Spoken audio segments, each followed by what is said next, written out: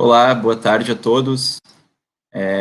Meu nome é Cássio Lobo, sou presidente da Bref. É com muito prazer que hoje nós vamos fazer a primeira live da Bref, dada essa situação atípica, né? Nós tivemos que cancelar todos os eventos presenciais e acabamos nos adequando aqui ao mundo digital. Inclusive que o mundo digital vai ser o nosso foco de discussão hoje, especialmente no que tange a tributação. Antes de começar, eu gostaria de agradecer a participação de todos, quem está assistindo, tanto pelo Facebook como o YouTube, especialmente a equipe que estava por trás disso, o Guilherme e o Felipe, que deram uma força muito grande para que esse evento fosse realizado dessa forma. Eu vou passar daqui a pouco a palavra para os nossos palestrantes. Antes, eu vou apresentar os dois, a professora Tatiane Psitelli, professor João Félix. É um orgulho conseguir unir os dois, que são duas referências, tanto nos países de cada um. O professor João hoje trabalha na Holanda, mas é um português, então ele, tanto em Portugal como na Europa inteira, ele é uma grande referência.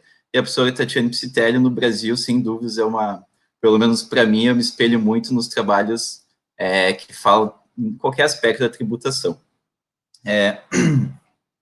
Então, eu vou iniciar aqui. A ideia desse evento é que ele dure no máximo ali 1h20, 1h30 minutos, e vou selecionar algumas perguntas ao final das duas apresentações. Então, eu inicio aqui com a professora Tatiane Psitelli. Ela vai falar sobre os desafios tributários da economia digital, trazendo para nós aqui um panorama do Brasil. E depois eu passo a palavra também para o professor João Félix. Sejam todos bem-vindos. Quem tiver pergunta, pode fazer a pergunta ali nos comentários do Facebook ou do YouTube. Nós estaremos acompanhando. Talvez pelo número não seja possível responder todos, mas vamos filtrar o máximo possível. A professora Tatiane, ela é doutora pela USP e professora da FGV São Paulo. Eu passo a palavra para ela. Muito obrigado. Muito obrigada, Cássius, pelo convite. Agradeço também à Bref. É uma honra, um prazer dividir esse painel com o professor João Félix. E num tema desse que é absolutamente relevante e cujo debate no Brasil ele tem se desenvolvido, né, mas muito em torno de uma característica específica do nosso sistema que faz com que a gente acabe se descolando até um pouco do debate internacional. Como o professor João Félix certamente irá tratar, tem um grande desafio de tributação da economia digital, das empresas de tecnologia, que é exatamente a possibilidade de captação da capacidade contributiva dessas empresas e da melhor estrutura normativa melhor escolha normativa para tributá-las, para captar essa riqueza. A despeito desse debate, que é um debate internacional, como eu mencionei logo no início, no Brasil a gente se coloca num lugar um pouco distinto. Quando a gente cogita de tributação da economia digital, há um tema central que permeia o debate nacional. Trata-se de definir se o negócio jurídico vai ser tributado ou pelo ISS ou pelo ICMS. É o que tem sido denominado, né, de uma guerra fiscal vertical que nós temos entre os entes, né? Então são os entes da federação em níveis distintos disputando essa competência tributária e no final, né, ou por detrás dessa discussão está muito claramente a disputa do conceito de mercadoria e a disputa do conceito de serviço. Por que essa é uma peculiaridade do Brasil, antes de tudo, né? Porque é uma peculiaridade nacional. Porque ela decorre de um elemento do nosso sistema, de uma escolha constitucional, que é a tributação não unificada do consumo. Então, houve uma escolha que não é da Constituição de 88, né? Ela foi feita na reforma, especialmente na reforma tributária de 65, com a aprovação da emenda 18 de 65 à Constituição de 46, e foi uma escolha que se referiu a uma tributação fracionada do consumo, né? Então, a produção seria tributada pela União, o comércio pelos estados e os serviços pelos municípios. Essa mesma estrutura foi transportada para a Constituição de 88 E essa divisão hoje gera uma disputa infindável quando a gente pensa na economia digital, quando a gente pensa no desenvolvimento das novas tecnologias. Então, esse é o contexto, né, no qual essa disputa acontece. E nessa minha rápida fala, eu gostaria de destacar aqui pelo menos um caso em que essa disputa é muito evidente e muito danosa. E danosa em termos, inclusive, e especialmente de segurança jurídica, né? Porque a indefinição quanto a qual tributo recolher, naturalmente tem impactos significativos no negócio das pessoas jurídicas e na estabilidade do ordenamento. Que caso é esse que eu gostaria de trazer à tona? É a situação da tributação do software.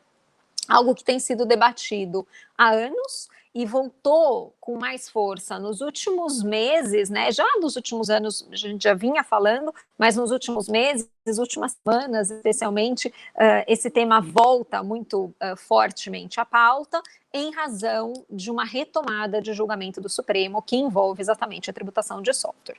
Então, o que eu gostaria de fazer aqui? Gostaria de apresentar a vocês o histórico da tributação do software Brasil, então, para a gente entender por que a gente chegou onde a gente chegou e, para o final, tentar apresentar algum tipo de solução. Então, para onde a gente deve ir, considerando não apenas essa estrutura normativa que nós temos, né, e houve uma evolução legislativa nesse sentido, eu gostaria de destacar, mas houve especialmente muita inovação tecnológica.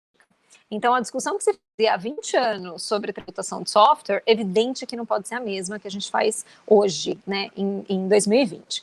Então, pensando no histórico, inicialmente, né, esse debate relativo à tributação do software, ele tem início há muitos anos, quando a gente discutia ainda a tributação da mídia física. Então, havia uma discussão sobre qual tributo incidir naquela situação em que eu ia a uma loja, a Fnac, a Saraiva, e comprava um CD, um DVD com o pacote Office. Essa era a discussão. Então, havia comercialização de programas de computador, né, ou a disponibilização, melhor dizendo, de programas de computador em escala comercial. E a legislação tributária, ela não estava preparada, naquele momento, lá no começo da década de 90, não estava preparada para dizer qual era o tributo que seria incidente nessa hipótese.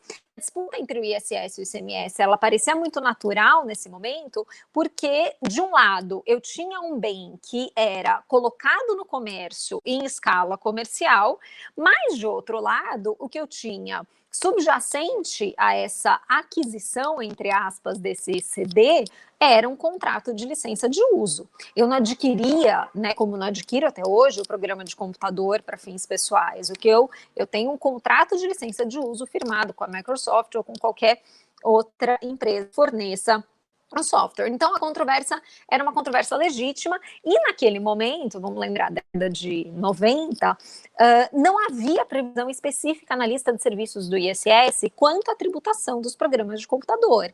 O que a gente tinha, no máximo, era o item 24 do ainda vigente Decreto-Lei 406 de 68, que dizia que processamento de dados seria uma hipótese de incidência do ISS, mas sequer se cogitava de licença de uso de computador.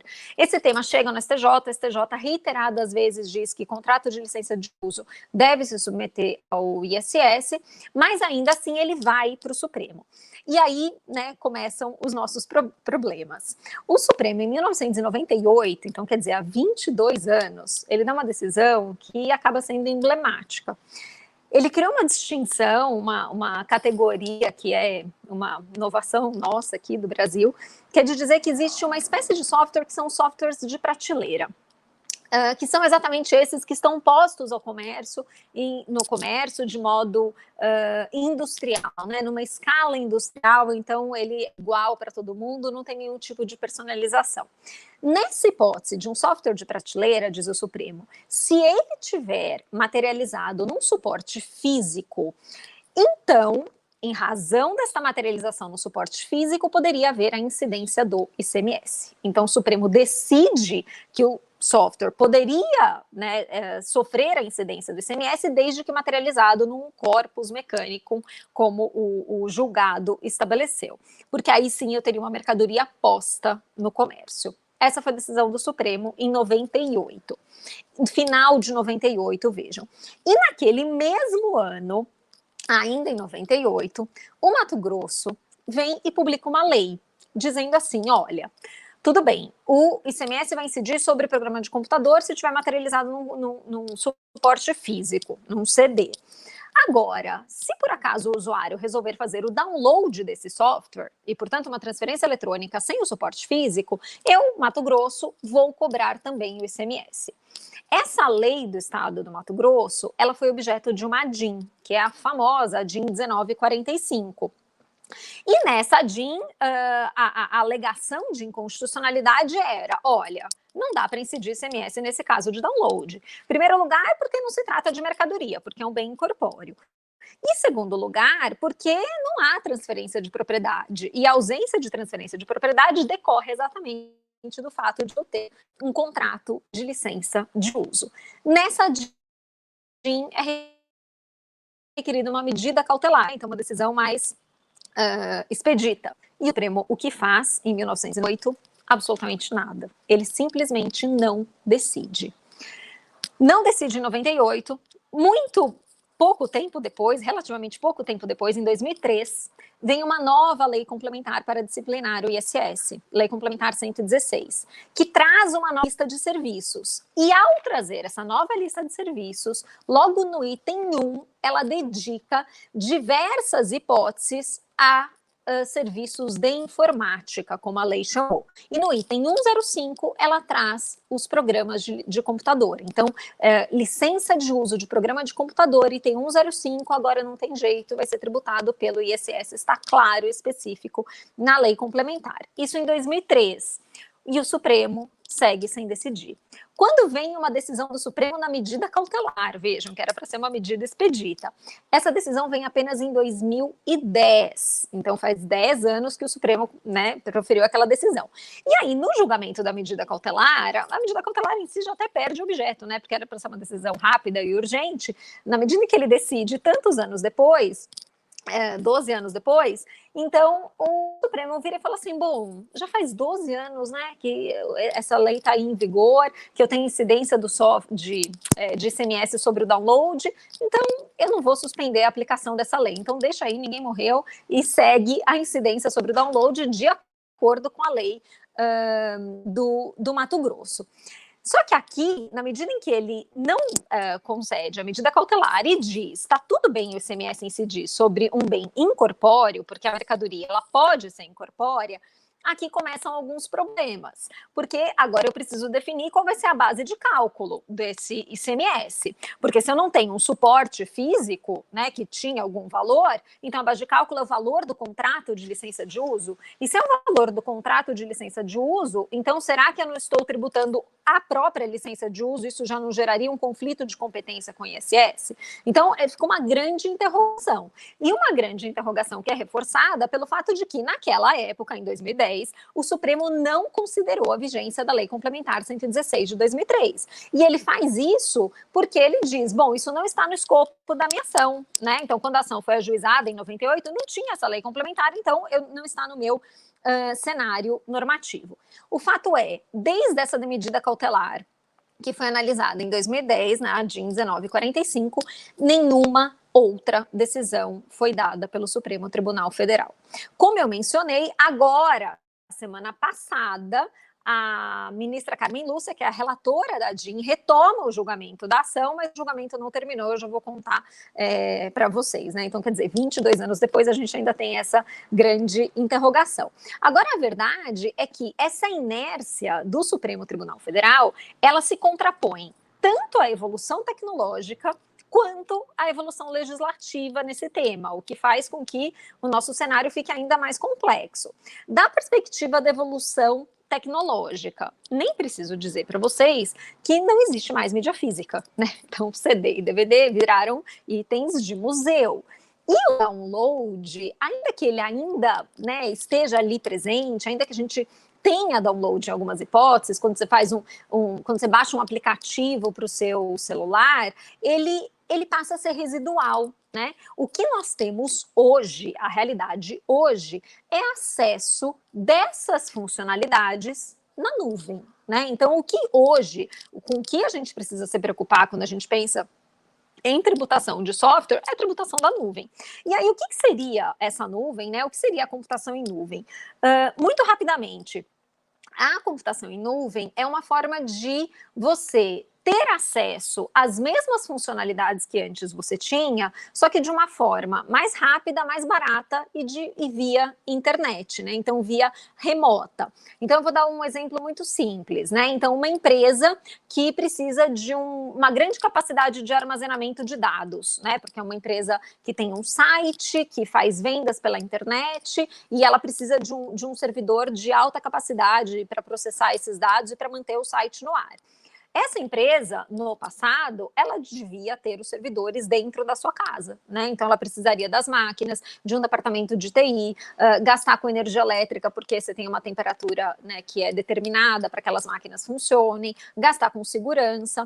Com a migração para a nuvem, o que eu tenho? Eu tenho a possibilidade de ter acesso a essa mesma infraestrutura sem que as máquinas estejam na minha casa. Eu contrato a Amazon, eu contrato o Google, eu contrato a Microsoft, que me fornecem exatamente este serviço. É simplesmente uma locação de um data center? Não, porque é mais do que a locação, né? Porque eu tenho uma estrutura computacional que me provê, além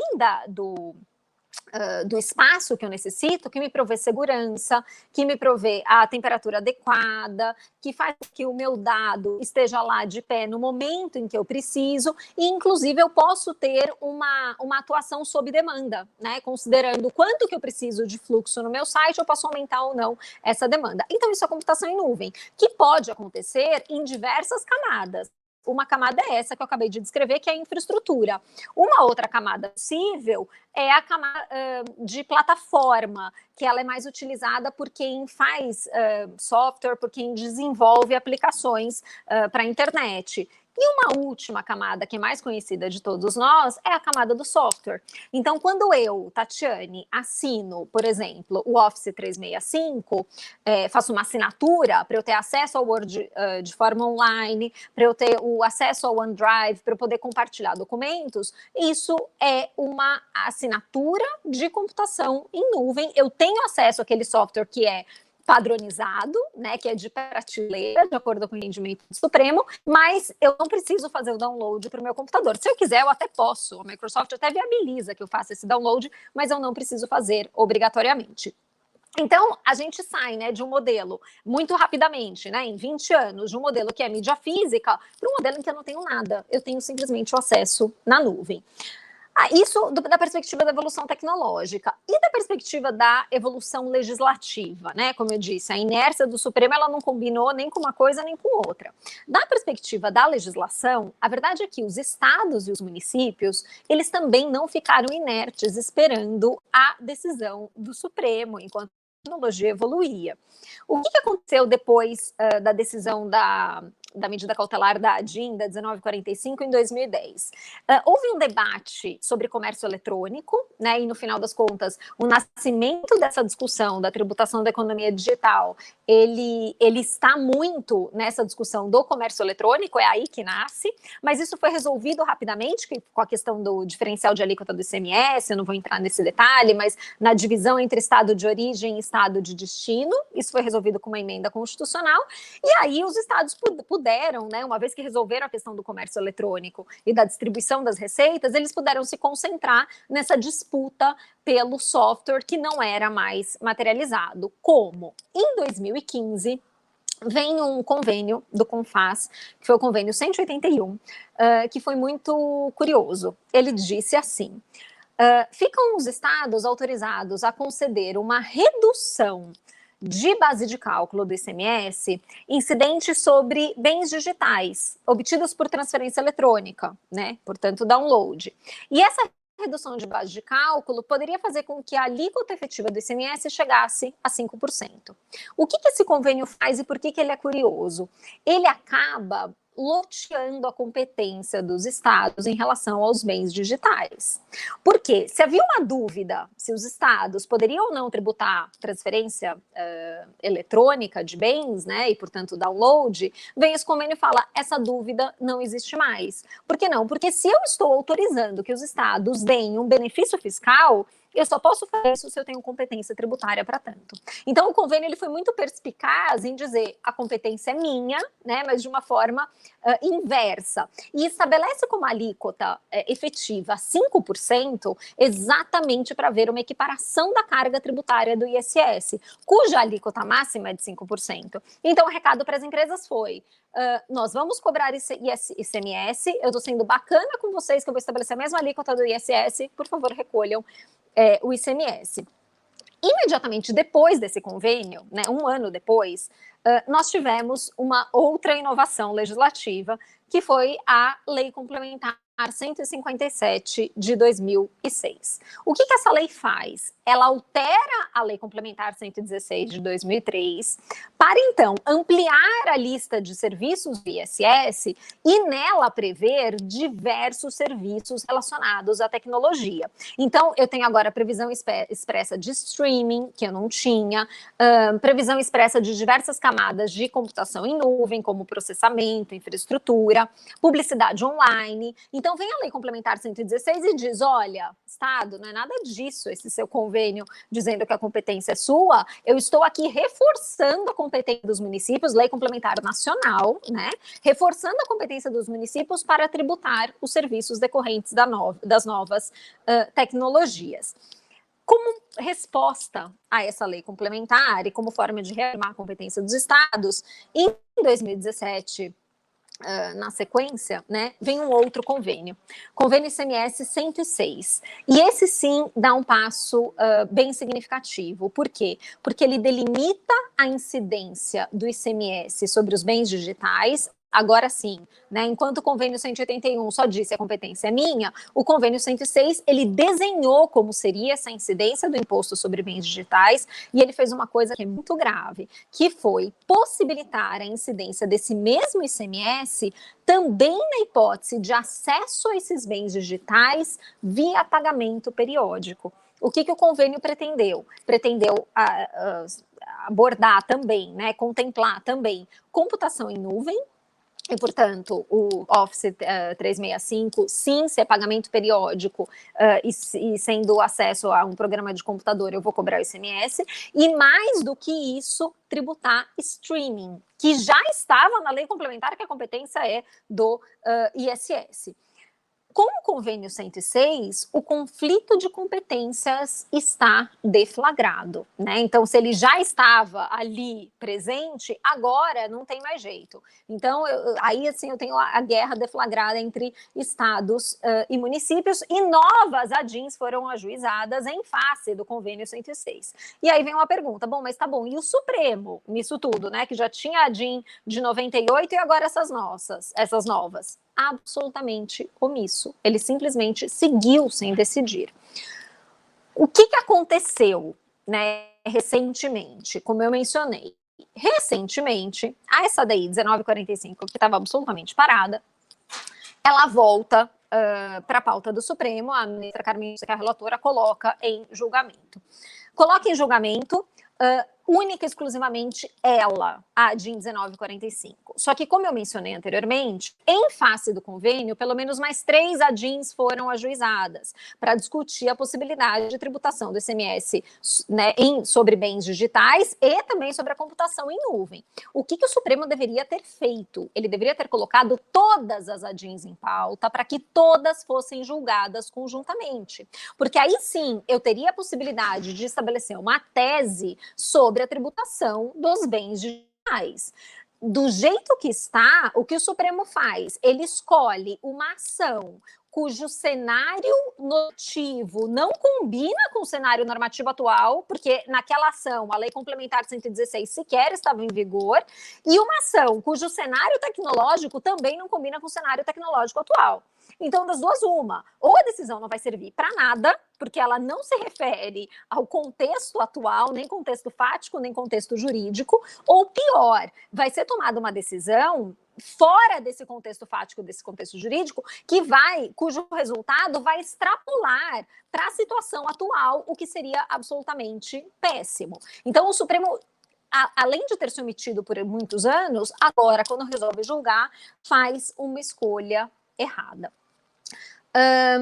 Ou como ficam as empresas de tecnologia nesse cenário, né? Ficam absolutamente sem segurança jurídica nenhuma, porque, de um lado, os estados seguem cobrando o ICMS e os municípios seguem cobrando o ISS. Isso gera, naturalmente, mais judicialização, né? Porque as empresas vão a juízo para afastar a incidência de um ou outro, né? Há empresas que dizem publicamente, eu só recolho ISS, há outras que dizem, não, eu vou recolher ICMS, e a gente não tem estabilidade jurídica nenhuma no setor.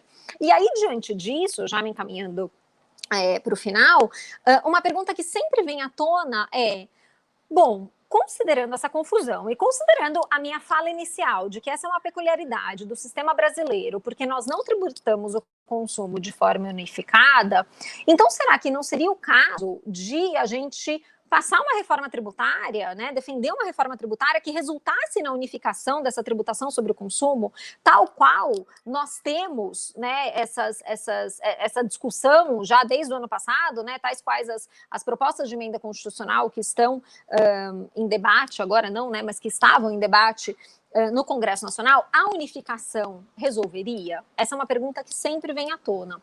E aí a minha resposta tem sido a seguinte: em tese, sim, resolve. Em tese, resolve eu ter a unificação da tributação sobre o consumo, porque aí eu não vou ter mais essa disputa conceitual, o que é mercadoria, o que é serviço. E vejam, essa disputa conceitual, eu falei de tributação de software, né, considerando o tempo curto que eu tenho aqui, mas ela pode ser extrapolada para diversas outras situações. Publicidade online, tem uma disputa gigantesca.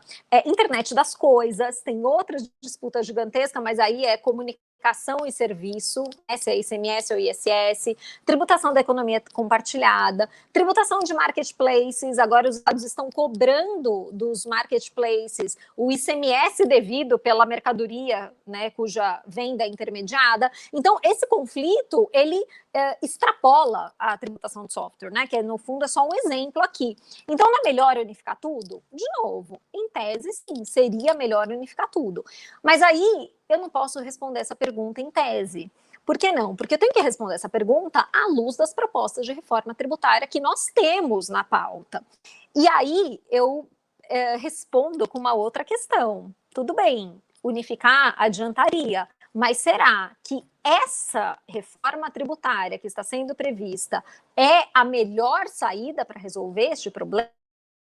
De fato, unifica, mas a que custo que se dá essa união? Em primeiro lugar, a um custo que significaria um aumento significativo da carga tributária do setor, porque a gente sairia da tributação, né, como serviço, que é o correto e que muitas empresas defendem, para a tributação como bens e serviços unificada, de uma alíquota de 5% para uma alíquota de 25%, 30% ou 32%. Então, eu teria um aumento significativo da carga tributária com impacto possível no consumidor final. E segundo ponto, essas propostas que aí estão, elas prevêem um prazo de transição muito longo. Então, a proposta que estava mais avançada na Câmara era uma proposta cujo prazo de transição era de 10 anos. Então, por 10 anos, eu continuaria com esse debate entre ICMS e ISS. Pensem, né, daqui a 10 anos, como vai estar a tecnologia, né? Se a gente fala que é nuvem, eu não imagino o que possa acontecer daqui a 10 anos. Então, essas propostas, efetivamente, elas não resolvem. Aí vocês me diriam, só para terminar, bom, mas então o que resolveria, né? Qual é a solução para essa discussão? Da minha perspectiva, a solução primeiro, né? São várias as soluções, mas primeiro, o Supremo tem que decidir, né? O Supremo tem que cumprir com o seu papel institucional e tomar uma decisão que valha. Não adianta só decidir a DIN lá de 98, que fala de download, de software de prateleira. Esse é o primeiro ponto. E segundo ponto, só há uma decisão possível a ser tomada, que é a prevalência da lei complementar. A nossa Constituição, no artigo 146, diz que compete à lei complementar dirimir conflito de competência entre os entes da federação. Esse é um caso clássico de conflito de competência. A lei complementar dirimiu, a lei complementar disse: quem vai tributar a licença de uso é o ISS. Então, no fundo, o que os estados precisam é cumprir com a lei complementar, e o nosso judiciário precisa reverberar esse dispositivo constitucional e fazer com que a lei complementar 116, com as alterações da lei complementar 157, sejam de fato observadas para que essa Constituição, né, tenha alguma força normativa nesse tema. Então, essas eram as minhas considerações. Eu fico à disposição para as perguntas, né, que eventualmente apareçam, e agradeço mais uma vez pelo convite. É realmente uma honra compartilhar essa mesa com vocês. Muito obrigada. Professora Tatiane, muito obrigada pela exposição. Realmente, nós, advogados que estamos no dia a dia discutindo essas questões, sentimos muita insegurança com os julgamentos, tanto do Supremo como do STJ, sem contar os tribunais inferiores. E é muito questionável essa mudança de realidade. Veja, 10 anos atrás, nossa realidade é completamente diferente. Não é que temos coisas novas, mas é que a forma com que nós fazemos as coisas mudaram. Então, vamos supor hoje, basicamente, os restaurantes, nesse tempo de pandemia, eles acabavam prestando serviço através do quê? De aplicativos. Esses aplicativos cobram uma taxa relevante nesses serviços. Como que vamos encaixar isso aí? Será que isso é uma receita do restaurante? Outra discussão também que entra nesse ponto da digitalização gira em torno do conceito de insumo. Recentemente, o STJ falou que essencialidade e relevância devem ser consideradas, né, para que se caracterize o insumo de crédito para efeitos de PIS e COFINS, creditamento de PIS e COFINS. Agora, será que é o essencial e relevante para uma empresa que atua no modo tradicional, que tem uma loja física, uma empresa física, a mesma de uma empresa que atua só através de um aplicativo? Com certeza não. Então, a gente tem que encaixar nossa legislação hoje com a realidade posta, como querer encaixar um triângulo no quadrado. Acho que tem que muita coisa mudar. Também concordo que a reforma tributária não atua de forma expressiva nesse ponto. Com certeza, é um desafio. A nossa legislação, o nosso judiciário acompanhar as mudanças digitais é um desafio, até porque é tudo muito rápido. A gente fala não só em digitalização, mas a gente tem hoje, por exemplo, criptomoeda, blockchain, tudo isso entrando ao mesmo tempo, e é um grande desafio. Eu acredito aí que nessa mudança que todos fomos obrigados, os nossos interpretadores, legisladores e julgadores acabem tendo uma sensibilidade e acabem interpretando nossa legislação de uma forma mais atrativa para essas empresas. Muito obrigado pela exposição, professora. As perguntas vamos deixar ali para o final, depois que o professor João fazer a apresentação, daí a gente unifica isso. Queria passar a palavra daqui a pouco para o professor João Félix. Fico muito feliz que ele tenha aceitado o meu convite para participar desse debate. Ele foi meu professor lá em 2015, 2016, na Europa. Eu sei que a agenda dele é muito complicada e para vir para o Brasil é muito difícil. Então, nessa mudança aí de eventos que nós estamos tendo, fico muito feliz a participação dele. O professor João, ele é vice-presidente acadêmico do IBFD lá em Amsterdã, onde tive a oportunidade de visitá-lo algumas vezes. Ele vai falar aqui sobre os desafios da tributação da economia digital sob uma perspectiva internacional. Professor, muito obrigado pela participação e passo a palavra para o senhor. Obrigado, eu. Antes de mais, gostava de cumprimentar-te e agradecer-te o simpático convite. Aproveito também para cumprimentar a minha colega de sessão, a professora Tatiane Piscitelli, a qual aproveito ainda para parabenizar pela excelente intervenção. A minha apresentação centra-se nos aspectos internacionais das reformas tributárias atualmente em discussão, no âmbito da OCDE, sobre a economia digital. Estamos em 2020, 5 anos após o fim do projeto BEPS e, paradoxalmente, ainda não nos foi possível concluir a primeira ação, a chamada Tax Challenges Arising from Digitalization. Não temos quaisquer recomendações finais e as propostas que se encontram em cima da mesa estão longe de reunir um consenso e avançam nesta without prejudice basis. Vários Estados começam a considerar que as atuais regras de tributação internacional são injustas E porquê que são injustas? Um bocado o exemplo do que se passa no Brasil. A economia mudou, o modo das empresas apresentarem os seus produtos também mudou e passa a existir uma realidade diferente que as regras atuais, para as quais as regras atuais não estão adaptadas. As regras atuais apenas permitem a tributação das rendas empresariais nos estados onde as empresas tenham presença física, ou através de uma subsidiária, ou através de um estabelecimento permanente. Ora, nos dias de hoje, é possível ter uma presença efetiva, uma economic allegiance, que justifica a tributação das rendas empresariais nesses países, ainda sem uma qualquer presença física. A presença física deixa de ser importante e uma empresa pode realmente fazer comércio dentro de um Estado e estar presente muito ativamente dentro de um Estado, ainda que não tenha uma qualquer presença física. Falou a professora Tatiane Piscitelli de produtos informáticos, mas temos a possibilidade de fazer streaming de vídeos, de filmes, de oferecer vários produtos digitais, sem qualquer presença física em nenhum dos territórios onde esses produtos são comercializáveis. Para conseguir tributar essas multinacionais com uma ligação efetiva ao território dos Estados, mas sem presença física, vários Estados começaram a avançar com soluções unilaterais, como impostos de equalização ou estabelecimentos estáveis permanentes digitais. Tais medidas, ao não serem harmonizadas, conduzem necessariamente a dupla tributação internacional não mitigável, criando ali obstáculos desnecessários e indesejados ao comércio internacional. Ao nível multilateral, existem esforços para a formação de um consenso político alargado para reformar as atuais regras numa base unilateral, harmonizada, que evite esses problemas das medidas unilaterais que, neste momento, estão a ser adotadas cada semana.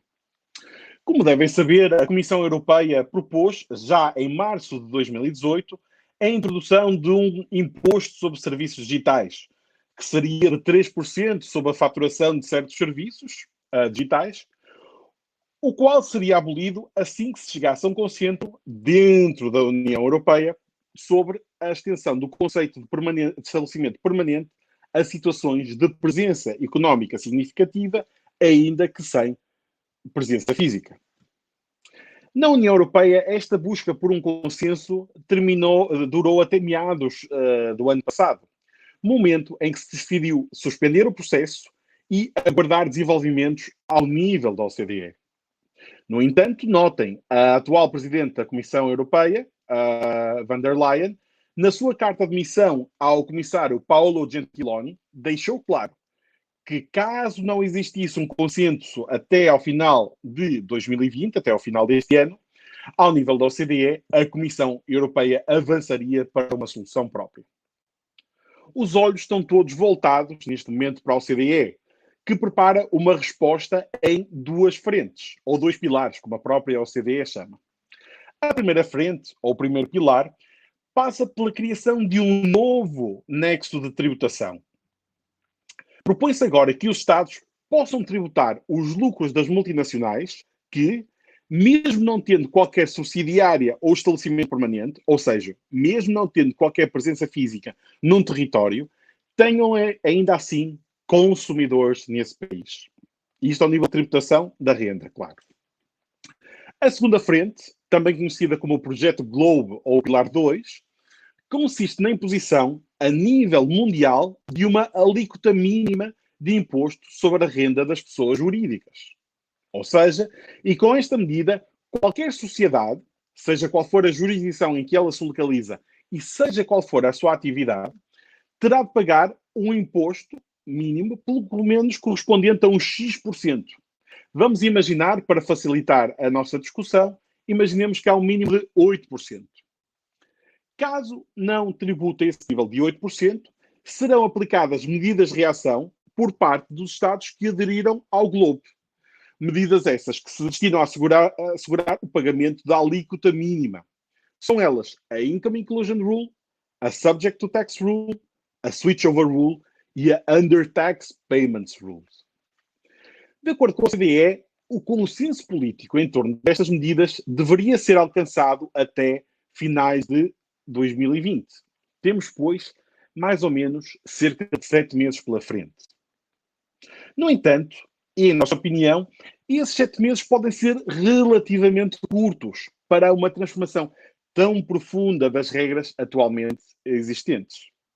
Vou tentar demonstrar esta asserção através de um breve exame do Pilar 1 e do Pilar 2, tal como propostos pela OCDE. Comecemos então com o Pilar 1. Como vos referi, trata-se da criação de um novo nexo de tributação de rendas empresariais, os business profits. De acordo com este novo nexo, os estados de mercado, ou seja, os estados onde se localizem os consumidores de bens e serviços das multinacionais, passariam a poder tributar parte dos lucros residuais das multinacionais. Esta regra é clara. No entanto, existem vários aspectos do regime que não são ainda claros. Nomeadamente, como é que se determinam estes lucros residuais das multinacionais? A OCDE fala de um Deemed Residual Profit. Como é que se calcula? Ainda não sabemos. Qual a parte deste Residual Profit que poderá ser tributado pelas jurisdições de mercado? Também não sabemos. Assumindo que existem várias jurisdições de mercado, ou seja, que os consumidores dessas multinacionais estão localizados em países distintos, como repartir esse residual profit entre os vários países? Vamos ter em conta o número de consumidores em cada país? Ou vamos ter em conta o número de produtos vendidos em cada país? Ou teremos em conta a faturação relativa em cada um desses países onde se localizam os consumidores? Também não sabemos. Em minha opinião, tratam-se de questões demasiadamente importantes para estarem por decidir a 7 meses da data limite para o consenso político. Mas, além destas indefinições, e em nossa opinião, a proposta enferma de alguns problemas técnicos. O primeiro, refere-se ao ring fencing. De acordo com a OCDE, o novo nexo apenas se aplicaria às multinacionais com uma certa dimensão. Ainda está por definir esta dimensão. Todas as demais não seriam afetadas. Ora, não temos conhecimento de nenhuma teoria ou de algum dado empírico que justifique este ring fencing da proposta a grandes multinacionais. Porquê? Só estas beneficiam do mercado? Não. Só estas têm intangíveis de mercado? Ou user contributors no mercado? Claramente não. Não compreendemos, pois, quais as razões que permitem sustentar esta proposta. E isto tem consequências. Este ring fencing conduz a uma distorção da concorrência. Duas empresas a vender o mesmo produto e em condições similares vão, se a proposta for adotada, ser sujeitas a cargas tributárias distintas, apenas com base na sua dimensão. E, em minha opinião, isto não faz muito sentido. Outro problema técnico refere-se ao grupo como sujeito passivo.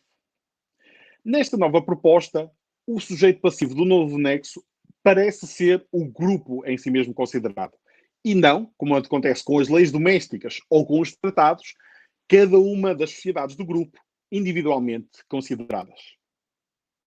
Por um lado, a ser aprovada, esta proposta requeriria uma revisão profunda tanto de leis internas como de tratados. E no Brasil, eventualmente, a vários níveis. Imaginem o que teriam de fazer. Por outro lado, vamos ter uma superposição entre a tributação de cada um dos elementos do grupo, que serão tributados de acordo com os critérios atuais, a título de residência e de fonte, e a tributação do grupo, que será tributado pela jurisdição do mercado. Como veem, e de novo, isto levará a problemas de dupla tributação jurídica internacional, que serão de difícil resolução. Em terceiro lugar, será isto suficiente para evitar as medidas unilaterais que já estão a ser implementadas pelos Estados e que todas as semanas aparecem de novo todas as semanas? Com base nestas regras, o que será redistribuído é apenas uma parte do lucro residual ficcional, o chamado Deemed Residual Profit das multinacionais. Ora, o lucro residual já de si não é muito. A ficção não deve aumentar em muito esse valor. Como se redistribui apenas uma parte do lucro residual, o qual ainda terá de ser dividido entre todas as jurisdições de mercado, o montante final recebido será expectavelmente reduzido. Será que esta medida vai de encontro aos pedidos e preocupações dos vários Estados? Ou estes vão considerar que as medidas são insuficientes e continuarão a avançar com medidas unilaterais? Valerá a pena avançar com reformas profundas, tão profundas, do cenário internacional para se conseguir uma redistribuição expectavelmente reduzida? Dadas todas estas insuficiências, eu e os meus colegas da IBFD Task Force for the Digital Economy fizemos uma proposta alternativa, a qual passa pela introdução de uma taxa de retenção da fonte muito reduzida, por exemplo, de meio ou de 1%, sobre cada transação, a qual seria atribuída ao estado de mercado e creditada diretamente pelo estado de residência. Isto, obviamente, no caso de as multinacionais não terem presença física, através de uma subsidiária, de um estabelecimento permanente, num território. Em nosso entender, esta retenção seria uma forma bem mais eficiente e bem mais justa de conceder algum poder tributário à jurisdição do mercado. E seria de bem mais fácil implementação. Caso estejam interessados em conhecer os detalhes desta proposta, sugiro um artigo que eu e os meus colegas do IBFD publicamos no primeiro número deste ano da revista Bulletin for International Taxation e que, imagino, apareça na descrição deste vídeo. Passemos agora ao exame do Pilar 2. Antes de mais, relembro o que é que se visa com este Pilar 2 da OCDE. Pretende-se que todas as sociedades, seja qual for a sua localização, estejam sujeitas a uma alíquota mínima de imposto. Na análise que agora faremos, teremos sobretudo em consideração o Income Inclusion Rule, que funciona do seguinte modo, de uma forma simplificada. Se uma sociedade de um país que assina o Globe, por exemplo o Brasil, tiver uma subsidiária a operar num país com uma alíquota de tributação efetiva abaixo da alíquota efetiva mínima definida pela OCDE, então essa empresa terá de suportar no seu estado de origem, por exemplo, no Brasil, um top-up, ou seja, um montante correspondente à diferença entre a alíquota de tributação da subsidiária no estado de destino ou atividade e a alíquota do imposto mínimo. Isto a ser pago no Brasil. Vamos dar um exemplo para tornar isto mais simples. Imaginemos que a alíquota mínima é de 8%.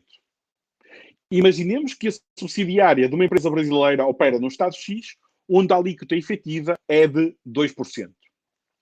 Esta subsidiária da empresa brasileira suportará 2% nesta jurisdição.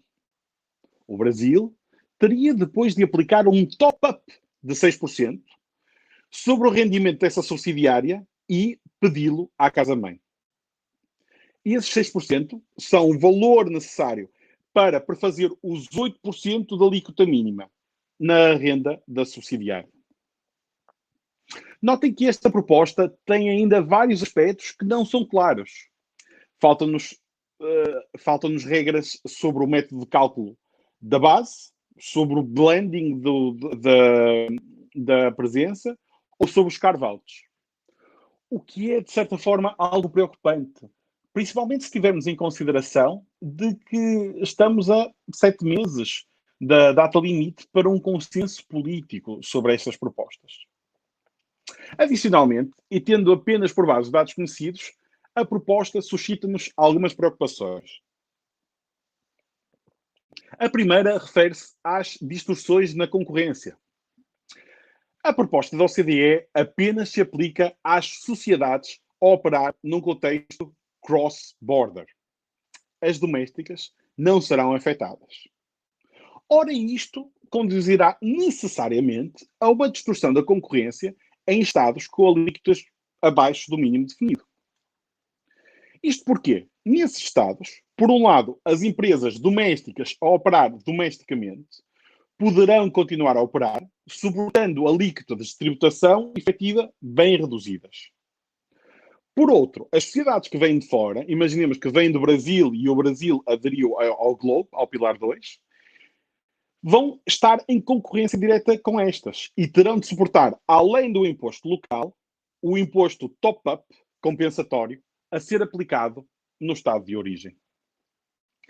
Fará sentido penalizar as sociedades que venham de países que tenham adotado o Globe, aplicando-lhe um top-up, enquanto que as sociedades locais, em concorrência direta, continuam a suportar taxas muito reduzidas? O segundo problema técnico é o da manipulação através de medidas não fiscais. Quando olhei pela primeira vez para esta proposta, constatei logo que a mesma poderia ser facilmente manipulada através de medidas não tributárias. Por exemplo, um Estado com uma baixa tributação efetiva poderia facilmente subir essa alíquota para o mínimo proposto pela OCDE e, seguidamente, compensar as empresas afetadas por essa subida. E pode fazê-lo de diversas formas. Por exemplo, através de apoios à exportação ou mesmo através de subsídios diretos. E, para todos os efeitos, este Estado, na medida em que subiu a alíquota efetiva mínima, seria Globe compliant, apesar de, na prática, o efeito económico sentido por estas empresas seria neutralizado. Um terceiro aspecto é o da possibilidade de manipulação através de medidas fiscais. Existe também a possibilidade desta manipulação através de medidas fiscais, nomeadamente a relativa a impostos que não sejam impostos sobre a renda. Por exemplo, um Estado está abaixo desta alíquota mínima. Decide, para as empresas exteriores, criar um regime opcional de tributação, de adesão voluntária. Neste regime opcional de tributação, por um lado, aumenta-se a alíquota do imposto sobre a renda e, por outro, diminui-se a alíquota de outros impostos, ou mesmo de contribuições obrigatórias para a segurança social, para as empresas que optem por este novo regime. Desta forma, o aumento da alíquota do imposto sobre a renda seria neutralizado pela redução noutros impostos. Será que isto faz sentido? Esta possibilidade ainda é possível. Pelo menos não há nada na proposta que não admita isto. Um último ponto, que pode ser particularmente importante para o Brasil, que é o de uma certa anulação parcial da soberania tributária. Se esta proposta for adotada, existem algumas regras tributárias brasileiras que poderão ter de deixar de ser aplicadas. Refiro-me a regras, por exemplo, sobre zonas francas, como o Brasil tem, por exemplo, a Norte, a certos incentivos estatais que o Brasil concede não só no Norte e Nordeste, mas em outros estados, ou mesmo disposições tão simples como as que existem em várias convenções brasileiras, como, por exemplo, as cláusulas de tax pairing ou de matching credit. Tudo isto são faculdades que o Estado brasileiro e que os Estados brasileiros têm neste momento e que, se adotar o Globe, deixam de dispor. Será que isto convém ao Brasil? Em conclusão, se estas regras do Pilar 1 e 2 da OCDE forem adotadas, elas constituirão uma das reformas mais importantes da tributação internacional destas últimas décadas. E terão um forte impacto no Brasil, pelo que as empresas brasileiras deveriam, em breve, começar a fazer contas, de modo a avaliar qual o impacto das medidas e se, eventualmente, terão de proceder a uma modificação do seu business model, do seu atual modelo de negócio. tanto no sentido de criar presença física, como no sentido de reduzir presença física. E o mesmo raciocínio se aplica às empresas que, neste momento, oferecem serviços, bens e serviços no Brasil. Fazer os cálculos para verificar se é necessário aumentar a presença física ou reduzir a presença física. Ainda notar isto é bastante curioso. Trata-se de uma discussão muito curiosa. Isto porquê? Tudo começa nesta discussão da economia digital com uma discussão principial, um debate sobre princípios.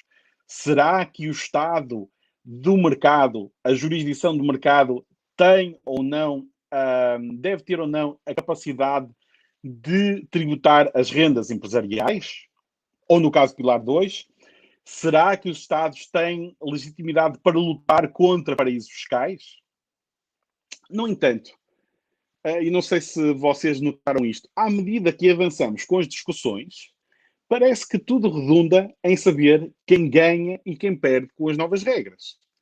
E que as propostas de modificação das regras não se prendem tanto com este debate principial inicial, mas com o de saber se eu vou ganhar ou eu vou perder com estas novas regras.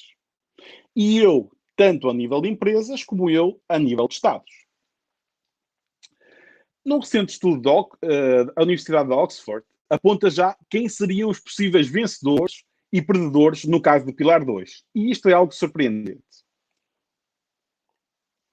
No caso do Pilar 2, portanto, das medidas contra os paraísos fiscais, de acordo com estes cálculos, os perdedores seriam Estados que nós poderíamos supor. Ilhas Virgens Britânicas, Porto Rico, Bermudas, Cayman, Singapura, mas também Estados europeus como Irlanda, Luxemburgo e Holanda. E quais seriam os vencedores? Surpreendentemente ou não, os vencedores seriam Estados Unidos e China. Isto porquê? Porque é lá que se localizam as sedes das empresas que vão previsivelmente aplicar este top-up. E, portanto, é curioso notar como tudo isto começa como uma reivindicação dos Estados em via de desenvolvimento e, no final, fazendo as contas, os grandes vencedores acabam por ser os Estados Unidos e a China, pelo menos no caso do Pilar 2.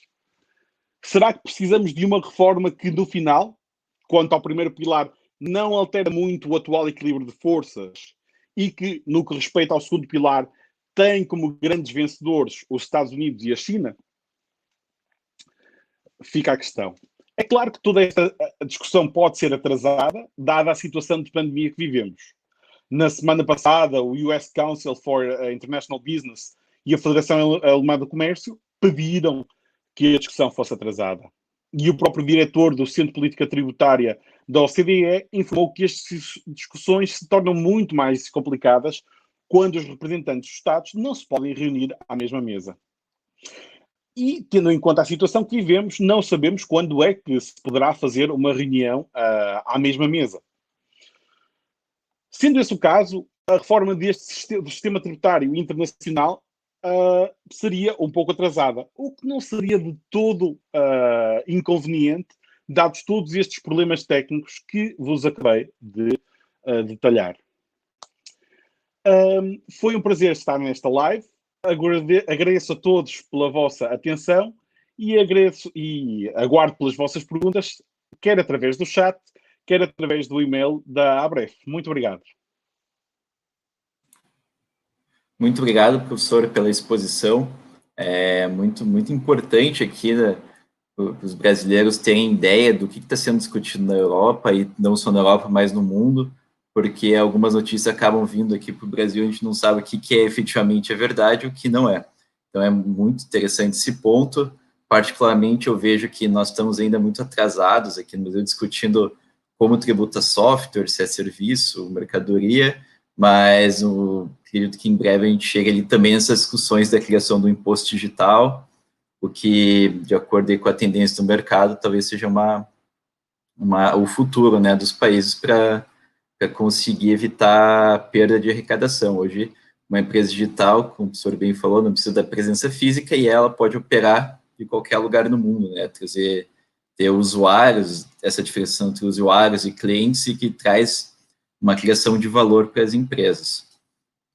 Fico muito feliz esse debate, acho que é muito rico, né, nós debatemos como acontecerá essa tributação daqui para frente. Eu separei aqui algumas perguntas, vou começar pela professora Tatiane, que foram feitas ali nos comentários, seja do YouTube ou do Facebook, onde as pessoas estão assistindo. Professora, foi perguntado acerca da Lei 17.736 de 2019 de Santa Catarina, que ela estava em linha com as ações do BEPS, no entanto, invadiu a lei complementar. Foi perguntado aqui pelo professor Gilberto, também, que estava acompanhando, para saber qual a opinião da professora.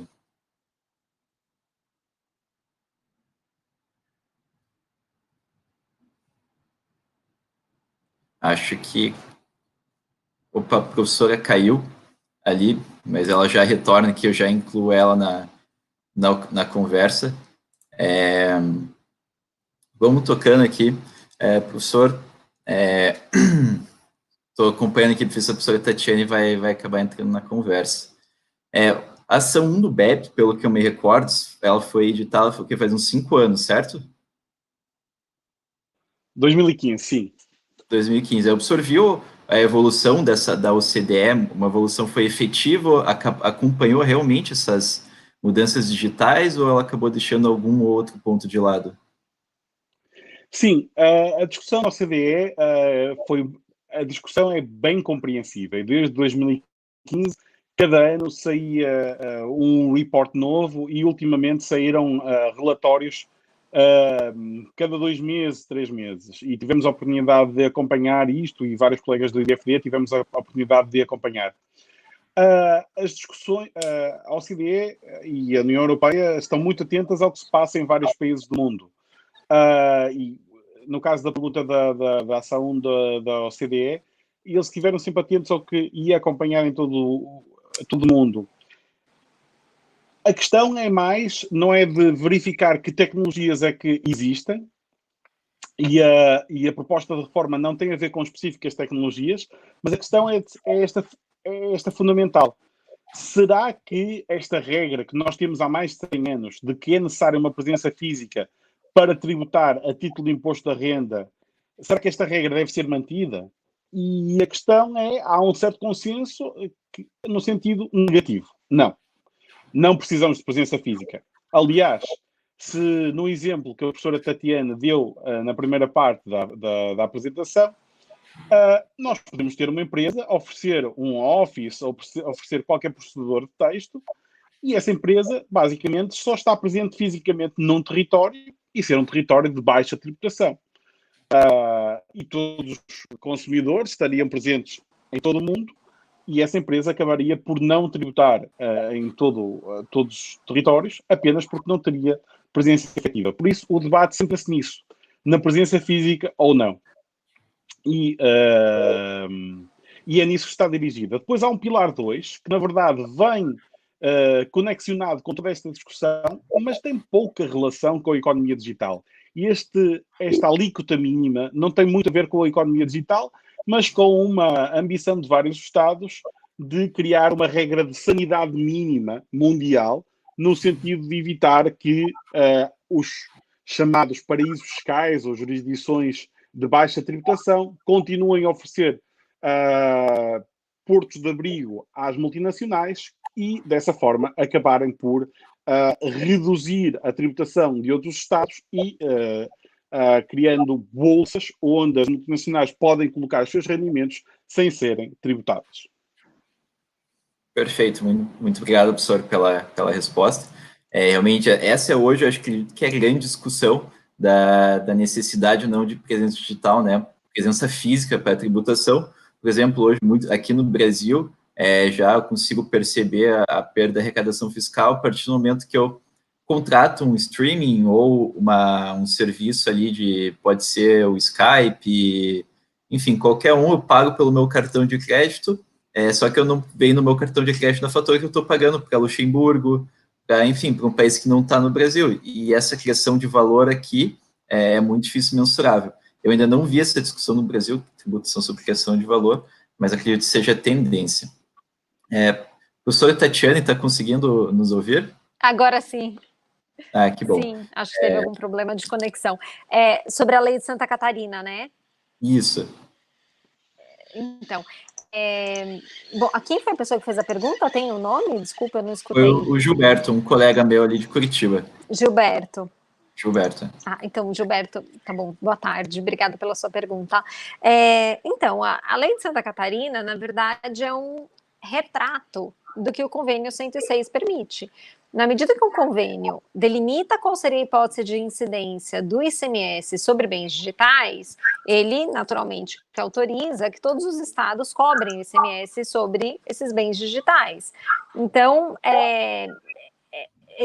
ela decorre, de fato, desse exercício de competência dos estados à luz do convênio. E aí a sua questão, ela toca no ponto certo para dizer, bom, mas isso não ofende a Lei Complementar 116? Ofende, sem dúvida nenhuma. Da minha perspectiva, o convênio 106 é inconstitucional, porque ele faz o que um convênio não deve fazer, né, que é delimitar a hipótese de incidência de imposto. Quem tem que fazer isso é a lei complementar, então ele age como se lei complementar fosse, e ele extrapola os limites da sua atuação ao invadir a competência do ISS, que já estava definida na Lei Complementar 116, que é um instrumento próprio para tanto nos termos da Constituição.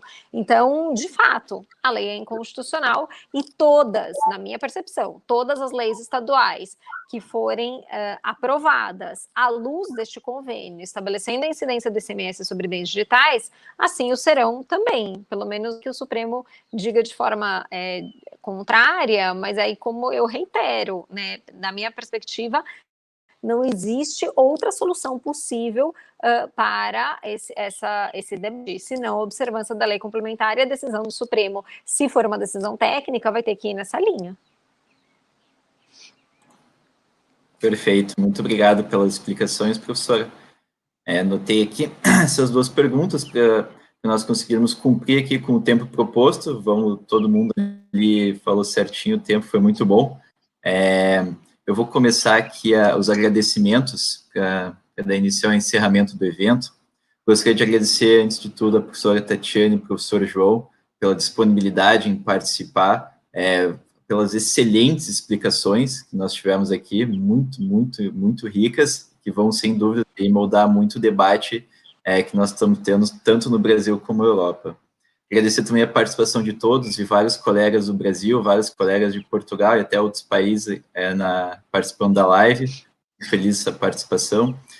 Agradeço novamente ao Felipe e ao Guilherme que fizeram toda essa questão logística, de estruturação da live para que ela ocorresse bem, deu tudo certo. Claro, quando a gente depende da internet para fazer um evento, estamos sujeitos aí a cair ou não, mas no final acabou dando tudo certo. Então, eu quero só falar um pouquinho aqui acerca da BREF. A BREF surgiu ali em Curitiba, é uma sessão de estudos fiscais, e a nossa ideia inicial sempre foi fazer vários grupos. Então, normalmente, nós reunimos para debater alguns temas propostos. Não temos só juristas, mas temos também contadores, contabilistas, que também enriquecem muito o debate. Sigam a página da BREF para ver acerca desse grupo de estudos. Também estamos elaborando o grupo de estudos de forma virtual e também os eventos. Agradecer ao Gustavo aqui, senhor Machado, por ter fornecido a equipe ali para dar o suporte nesse evento. E fiquem ligados ali nos próximos. Quero dar tchau para o professor Tatiane e para o professor João, se quiserem fazer algum comentário. Não, só agradecer muitíssimo, foi excelente, fico à disposição para debates futuros e, novamente, foi uma honra. Professor, acho que está sem som. Exatamente. Agradecer o convite, parabenizar a ABREF pela iniciativa e espero que continuem com estas lives durante que eu tentarei, na medida do possível e que o fuso horário o permita, assistir. Parabéns. Sem dúvidas, muito obrigado, professor e professora. Vamos ter várias lives aí e tomara que em breve eventos de forma presencial. Mas acredito que essa mudança aí que nós tivemos vai impactar não só na parte em relação aos empresários, mas também em relação aos eventos, né? Então, nós conseguirmos debater com cada pessoa. A professora está aí a uns 700 quilômetros de mim, a professora Tatiana, o professor João, alguns milhares de quilômetros. mas estarmos juntos debatendo um evento tão interessante, acho que vai ser uma tendência, e nós iremos ali fazer uma programação com vários eventos. Estou por encerrado Bacana, aqui muito bom. a nossa live. Muito obrigado a todos pela participação. Quem tiver dúvida pode mandar a pergunta na live, na página ali da Bref, que nós, no dia do possível, vamos respondendo. Muito obrigado a todos.